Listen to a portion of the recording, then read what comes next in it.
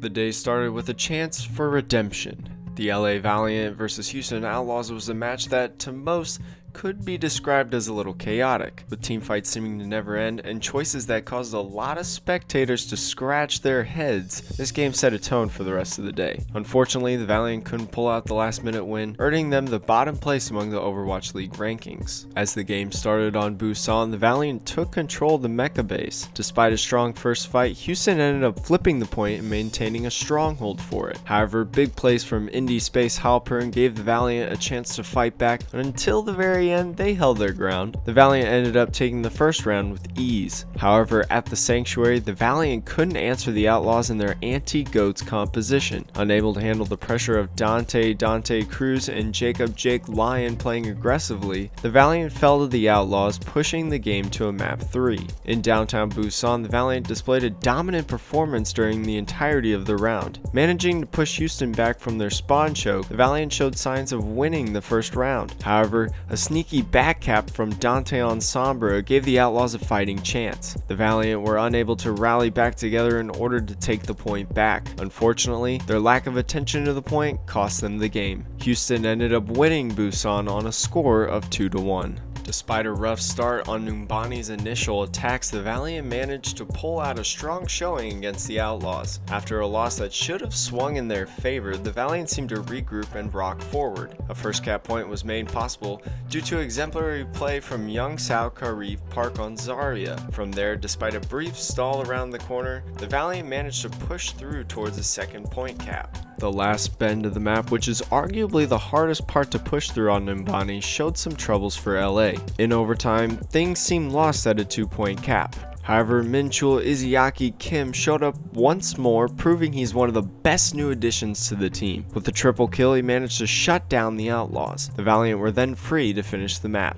The Outlaws were quick to clap back once it was their turn to attack. Space, Brady's, Agility's, Girardi, and Izayaki tried their best to hold Houston at the first point, but the Outlaws were just too powerful to stop. Continued plays from Austin Mumo, Wilmot, and Alexander Spree Van Homwegen gave them the second point as well, ensuring that the Valiant had to hold them until the very end. As the overtime meter ticked away, each team proved their relentless spirit. Both teams stockpiled their ultimates, making them on even ground. The Valiant were the ones to attack first, however the kills didn't trickle through until Agility's managed to take down Jake. From there, Pan Sung Fate Ko dismantled the rest of the team. The Valiant ended up winning on Numbani 3-2. Coming off of a map win, the Valiant were given a chance to turn their record around on Volskaya. Though the push started off slow, LA managed to capitalize on Houston's disorganization. Taking the first point, they were ready to steamroll through a second point cap. Despite some initial stumbles along the way, Space constantly shutting down Dante helped give the Valiant some ground to fight on. Another graviton from Fate, combined with some kills from Deku Kuki Kim, sealed the deal. The Valiant nabbed their second point cap with time to spare. When the roles were reversed, things were looking well for the Valiant. For their entire attack, Los Angeles was able to keep the Outlaws at bay. However, once more, they couldn't stop the Sombra specialists. Dante skirted around the point, getting hacks and kills at just the right time. In overtime, the Outlaws managed to cap the first point, giving them a fighting chance in the series. With their time bank ticking down, it took a successful team fight and a massive EMP from Dante for the Outlaws to succeed. With 3 seconds left, the Outlaws managed to snag a second point capture. Since their time bank was much smaller, the Outlaws had their chance to attack first. Against the odds, they managed to take the first point with an easy fight. Consistently, Dante showed why he's one of the best Sombra players. However, with under 30 seconds, they couldn't manage to gain anything from the second point. With more time, all the Valiant had to do was rush the first point and snowball it into a first tick capture, earning them the map. Cookie did his best with Karif to ensure that the first point went smoothly. However, with respawn advantage and stronger team fights, the Outlaws managed to keep them at bay. Unfortunately, despite 3 minutes on the clock, the Valiant were unable to get what they needed. The map ended in a draw.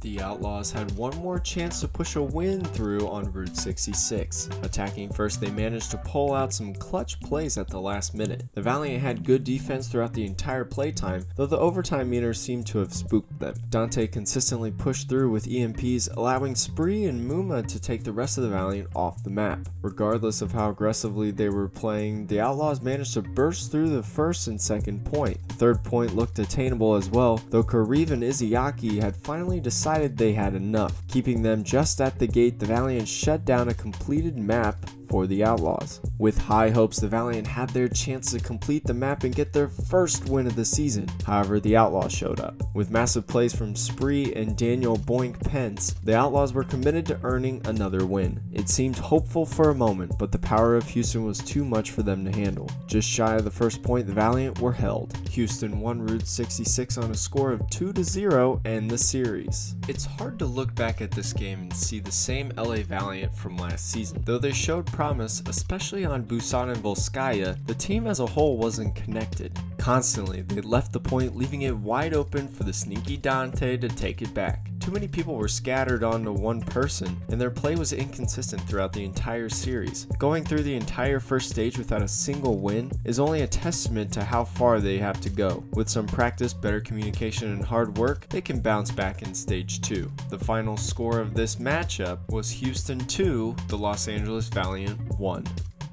If you love great Overwatch League content, make sure to leave us a thumbs up, subscribe, and hit that bell icon. Now, from our house to yours, thanks for watching.